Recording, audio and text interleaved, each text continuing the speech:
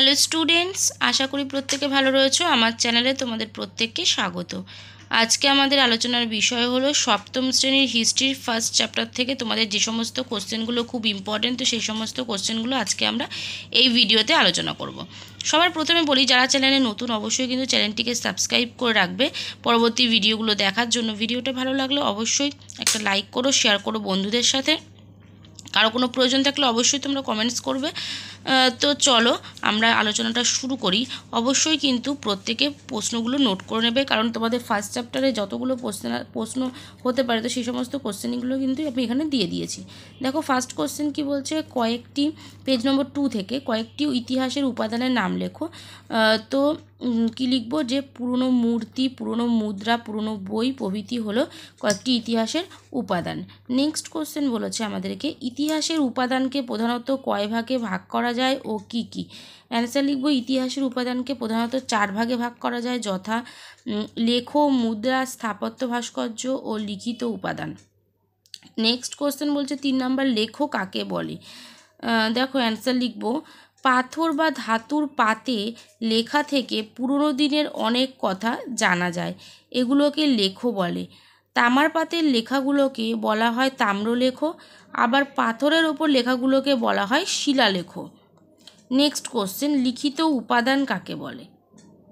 কি বলবো, পুরনো দিনের কোনো কাগজের লেখাগুলি থেকে যদি ইতিহাসের কোনো তথ্য জানা যায় তাকে লিখিত উপাদান বলে।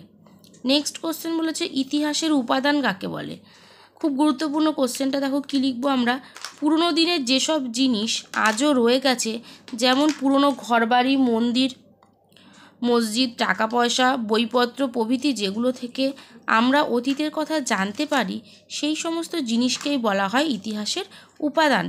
নেক্সট কোশ্চেন বলেছে, সুলতানি বা মোগল যুগে বিদেশি বলতে কি বোঝানো হতো?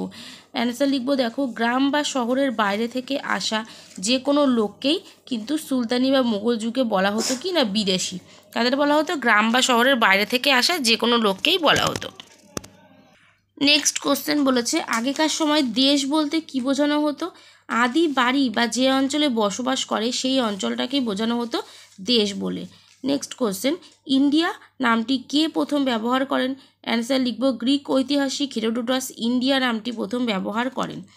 নেক্সট কোশ্চেন বলেছে, হেরোডোটাস কোন লেখাপত্র থেকে ভারত সম্পর্কে জানতে পেরেছিলেন? তো অ্যান্সার হবে, পার্সিক লেখাপত্র থেকে হেরোডোটাস ভারত সম্পর্কে জানতে পেরেছিলেন। নেক্সট কোশ্চেন বলছে, কোন গ্রন্থে হিন্দুস্তান বলতে সমগ্র ভারতকে বোঝানো হয়েছে? তো অ্যান্সার লিখব, হুদুদ অল আলম গ্রন্থে হিন্দুস্তান বলতে সমগ্র ভারতকেই বোঝানো হয়েছে। পেজ নম্বর 4 থেকে দেখো কোশ্চেন, ইতিহাসের সময়কে সাধারণত কয় ভাগে ভাগ করা যায়? অ্যান্সার লিখব, 3 ভাগে, যথা প্রাচীন যুগ, মধ্যযুগ ও আধুনিক যুগ। নেক্সট কোশ্চেন বলছে, কাদের হাত ধরে ভারতে আলু খাওয়ার প্রচলন শুরু হয়? অ্যান্সার লিখব, পর্তুগিজদের হাত ধরে ভারতে প্রথম আলু খাওয়ার প্রচলন শুরু হয়। তাহলে ফার্স্ট চ্যাপ্টারে যতগুলো কোশ্চেন ছিল প্রতিটা কোশ্চেনই কিন্তু এই ভিডিওতে আলোচনা করে দিলাম। অবশ্যই প্রত্যেকে ভিডিওটা পুরোপুরি দেখবে, ভালো লাগলে অবশ্যই একটা লাইক করে চ্যানেলটিকে সাবস্ক্রাইব করে রাখবে। আজকের মতো এখানেই টাটা, দেখা হবে নেক্সট ভিডিওতে।